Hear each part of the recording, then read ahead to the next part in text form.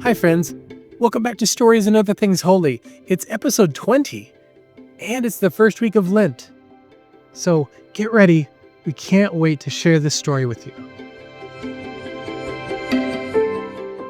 There is something comforting and sad about knowing I'm not the only one tempted to protect and hide my familiar discomforts. Far too often, I hear described the impulse to hide, mask, and conceal the pains that emerge as a result of the terrible and beautiful realities of life. However, this week, as we begin our series of Lenten reflections, Carrie and I want to invite you to reflect on what it means to let go of those familiar pains, to risk discomfort and change in order to experience release. We also invite you to reflect on the unique role each of us is called in the service of life and love, to find the pain in one another, to stay with it and to work it, to allow for release, liberation, and healing. I hope you and I will both take seriously the invitation that Terry received in today's story, that we don't have to leave here with our pain. Stories and Other Things Holy.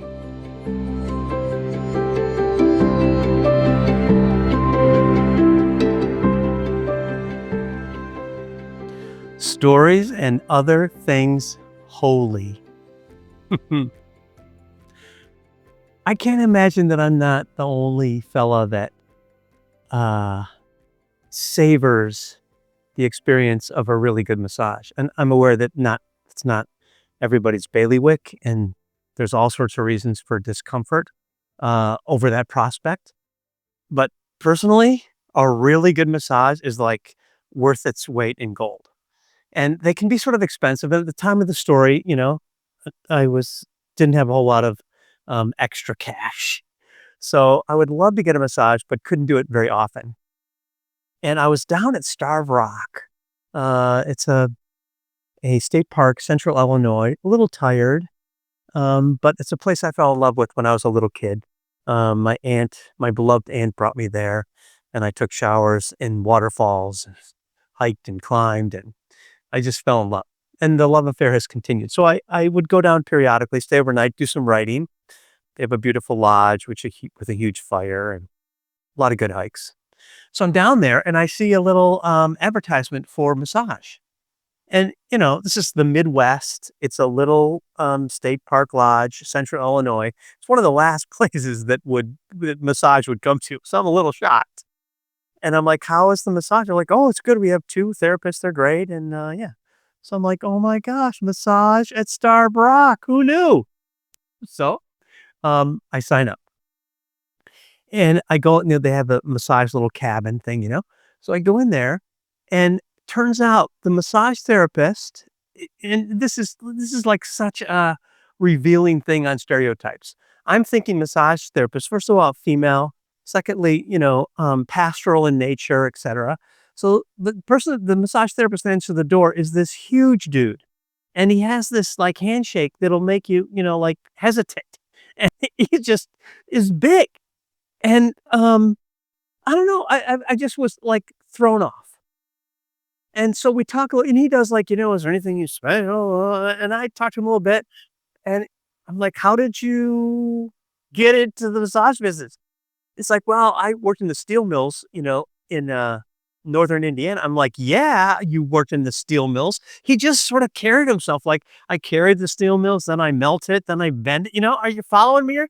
So I'm like, well, how did we get from the steel mill? He's like, well, the steel mill closed. And my wife and I, we were in need of a job. She had started her own massage therapist business, and it was flourishing. And she's like, if they're going to pay for education and you have any interest at all, you could become a massage therapist and we'd be golden. He's like, well, you know what? I'm comfortable with this. I like this. It's intriguing to me. So I did. And here I am. I'm like, okay, John, let's do this then. Turns out John is one of the most talented. I can't even describe how skilled.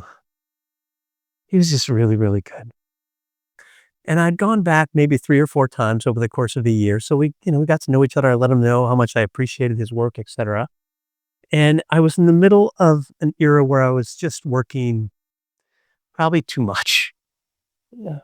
Um, and I go down there and I do the thing and he's working on my back. And you know how massage therapists find the places that are tight and then they do stuff with them and that's their job. So I carry a fair amount of my stress in my upper back. And he got his thumb, and just below his thumb, that pad on your hand, he got that thing into this part of my back. And initially it was like, oh, good, you found it. Like it was hard. And then he started to work it a little bit. And I don't like to talk during my massages. And I told him that. So at a certain point, it was just a little too much, like, thanks, I know you found it. You're doing a great job. And I turned my head to sort of go like, dude, you should back off. And he didn't. And he's like working it. And then I lifted my head up in a more like explicit fashion, like, that's enough. Am I paying for this? He says to me, you can leave here with this pain if you want. And he sort of whispers, bends over and whispers like, I don't know, gently but fiercely. Are you know what I'm saying? Gently but fiercely. John, the guy from the steel mill, whispers to me, you can leave here with this pain if you want. If you don't want to leave here with this pain, you have to breathe into it. You have to let me get to it and you have to let it go. I'll give you about 60 seconds to decide. The whole time, his thumb is right in the middle of this place where I'm holding all the stuff about like, I can't do this. This is too much. I'm messing this up. What's going to happen? All the stuff. Marriage, kids, parenting, finances, the church, sexuality. Oh, God. And he tells me like, you can leave with all that if you want. If you don't want to leave with that, if you want to release it, you're going to have to breathe into it, let me get to it, and let it go. And then non-verbally, I just turned and said yes. And then I breathed into it. And then he got to me. And then I released, I let it go, I surrendered, whatever. It's mysterious. I didn't leave there with the same pain that I walked in with. If you read the Gospels from one perspective, you can mount an argument to suggest that 2/3 of the Gospels have something to do with healing. God, I think that's so true. And I'm so grateful for John. Sort of, not disrespectfully, but inconsiderately, he moved to New Mexico. I'm like, John, like, what? We're going to have to do this for each other, aren't we? To find the pain in one another and to stay with it and to work it in order to allow for release and liberation and healing. Let's do that. The story is another thing's holy, people. I'll see you at Starved Rock. Let's all go to Starved Rock. Take a great hike. Take a shower under one of those waterfalls. Amen.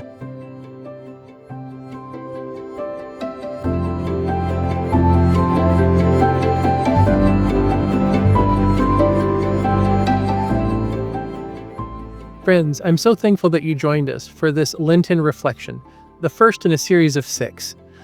We look forward to seeing you next week to go even deeper into the themes of healing, renewal, freedom, and transformation. If you're not receiving our weekly email, you're missing out on written reflections and prayer prompts, gracercises, that go along with each episode. Visit our website, storiesandotherthingsholy.com, to sign up. I encourage you to take a moment to think about who in your life might also benefit from today's story. Send them a note, a message, or an email, and share today's episode with them. Who knows, your invitation might usher new life into theirs. Thank you again, friends. Stories and Other Things Holy.